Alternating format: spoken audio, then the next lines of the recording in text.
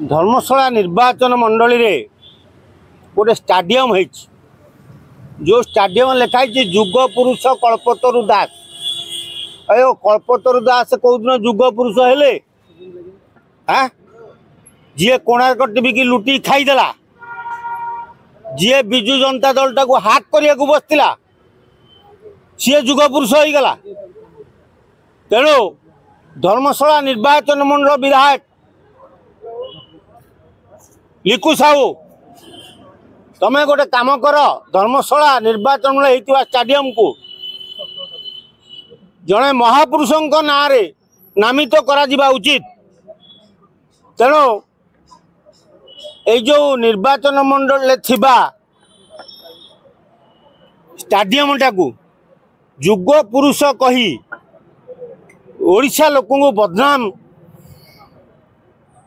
भुआ बुलाउथुवा धर्मशाला पूर्वतन विधायक जीतू बलवंतराय। अरे तो पुओ तो बोपा कौ दिन जुग पुरुष है मत कहलु? हाँ जुग पुरुष चे नाई कंडक्टर चाकरी कोणार्क टीवी विधायक विधायक रू तमें जहाँ खाइल खणी फणी चोरी कर खाइल लास्ट को सरकार संपत्ति माड़ी होइतो तुम चढ़ तुम संपत्ति फेरइल तुम तुम बोपा होगला जुग पुरुष।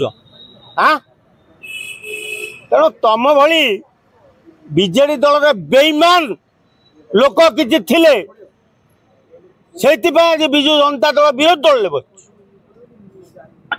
बिजु जनता दल बिजु बाबू ना बिजु जनता दल प्रभात पुरुष बिजु बाबू तांको ना दल निर्माण होता। तेणु तांकरी दल को तमें नष्ट भ्रष्ट करने लगी किसी चोर डकात दलाल मिसी दलटा को नष्ट करदे बसच। तेणु जीतू ता बोपा को प्रभात पुरुष कहला। अरे तो बापा प्रभात पुरुष है केत मत कह जदि सी प्रभात पुरुष है नवकृष्ण चौधरी किए से जी ओडिशार मुख्यमंत्री थे जी बड़चणार विधायक भाव निर्वाचन लड़ुते ना करा जाउनी। तेणु कल्पतरु प्रभात पुरुष ना हम स्टाडियम। तेणु लिकु साहू तमें धर्मशाला विधायक कहीच। तेणु तमें जिते शीघ्र पारुच कलिंग जो होती धर्मशाला स्टाडियम ताकू बदलाई नवकृष्ण चौधरी ना करा जाऊ। ये कल्पतरु दास भाया जड़े चोर खंट दलाल मला लोक ना कहवा कथा नु आम कहूँ ये ता ना गोटे स्टाडियम करी तमें धर्मशाला निर्वाचन मंडली तो जाजपुर जिला को भी नष्ट भ्रष्ट करोडिशा लोकों पाखे।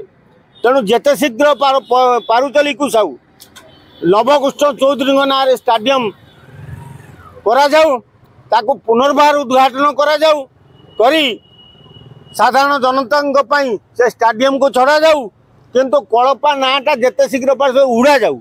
आदि एमती कलपा ना रहिबो ताले आगामी दिन में ओडिशा रे जो दलाल माने सब बिजु जनता दल रे थिले एई मानक नारे गुड़ाए अनुष्ठान जो तैयारी होती। तेणु से अनुष्ठान गुड़िक पैतृक संपत्ति दिने हो तेणु सी लुटिकी खाइबे साधारण लोक कौन उपकार पाइबे नहीं। तेणु धर्मशालावासी धर्मशाला विधायक आ उपरे उचित पदक्षेप निया जाऊ।